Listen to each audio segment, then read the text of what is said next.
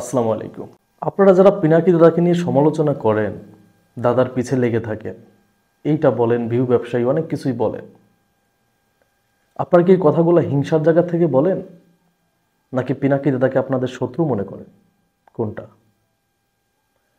আরে পিনাকি দাদা তো প্রকৃত একজন দেশপ্রেমিক।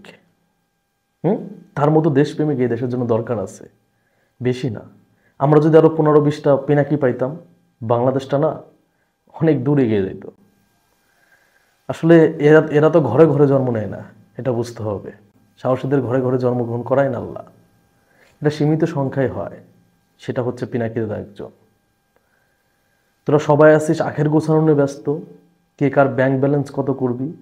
আজকে উপদেষ্টারা, আমাদের প্রধান উপদেষ্টা হাসপাতালে যায় কান্না করে, এইটা করে সেটা করে। আর অনেক যারা পঙ্গু হয়েছে, যাদের চোখ নাই, তারা অভিযোগ করতেছে তাদের চিকিৎসার কোনো খরচ দেওয়া হয় নাই। বইয়ের গয়না বিক্রি করে চিকিৎসা নিছে না।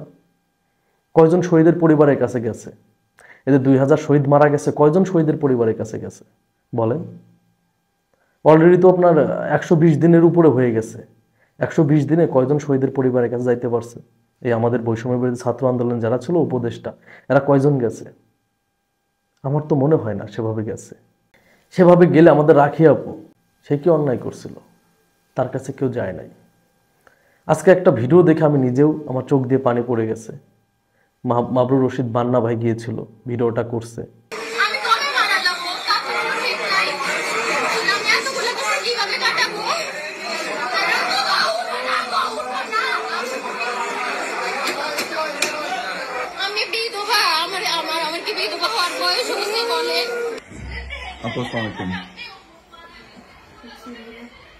আপু, আমি আসছি আপনার সাথে দেখা করতে।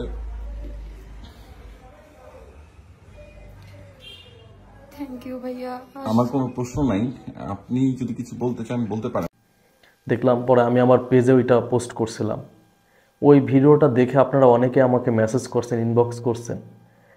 একজন চিকিৎসক তো আমাকে বলছে যে ভাই আমি 1 লক্ষ টাকা দিতে চাই, কিভাবে যোগাযোগ করব? আমার পেজে আমাকে নক দিয়ে মেসেঞ্জারে যে আমি 1 লক্ষ টাকা দিতে চাই। আরও অনেকেই বলতেছে এ দিবে, এটা বাসা ভাড়া দিবে, এটা দিবে, ওইটা দিবে, এই কথা বলতেছে। কি জন্য জানেন? কারণ এই আপুটার পাশে আমাদের পিনাকি দাদা ছিল, পিনাকি দাদা এগিয়ে আসছে। তো আমাকে যখন বললো যে আমি 1 লক্ষ টাকা দিব, তো আমি মাবরুর রশিদ বান্না ভাইকে মেসেজ করছি যে ভাই আমার কাছে তো অনেকেই করতেছে, তো আমি কিভাবে যোগাযোগ করব। পরে আমাকে তাদের প্রতিনিধির নাম্বারটা দিছে। আই হোপ ভালো কিছুই হবে, ভালো কিছু হবে। আমি অলরেডি কথা বলছি। তো আমরা এদের মতো দেশপ্রেমিকদের, পিনাকি দাদার মতো দেশপ্রেমিকদের আমরা দূরে ঠেলে দিচ্ছি, তাদেরকে আমরা অপমানিত করতেছি। সত্যি বলতেছি, এরকম পিনাকি ঘরে ঘরে জন্মগ্রহণ করা দরকার, তাহলে এই দেশটা অনেক দূরে এগিয়ে যাবে। স্বার্থ ছাড়া যারা মানুষকে ভালোবাসে, স্বার্থ ছাড়া। যদি পিনাকি দাদা ইনাকে নিয়ে কথা না বলতো, আমাদের রাখি আপুকে নিয়ে, তাহলে তো আমরা জানতামও না যে আপুটার সাথে এই ঘটনাগুলো ঘটতেছে। কই সার্জি শ্বাস না, তোরা তো যাইতো না, যাইতো না। কিন্তু পিনাকি দাদা ঠিকই তাকে মেয়ে বলছে যে তুমি আমার মেয়ে। আগে যে বাসাটাই ছিল, ওই বাসাটাই আবার উঠাই দিচ্ছে। একেই বলে প্রকৃত দেশপ্রেমিক।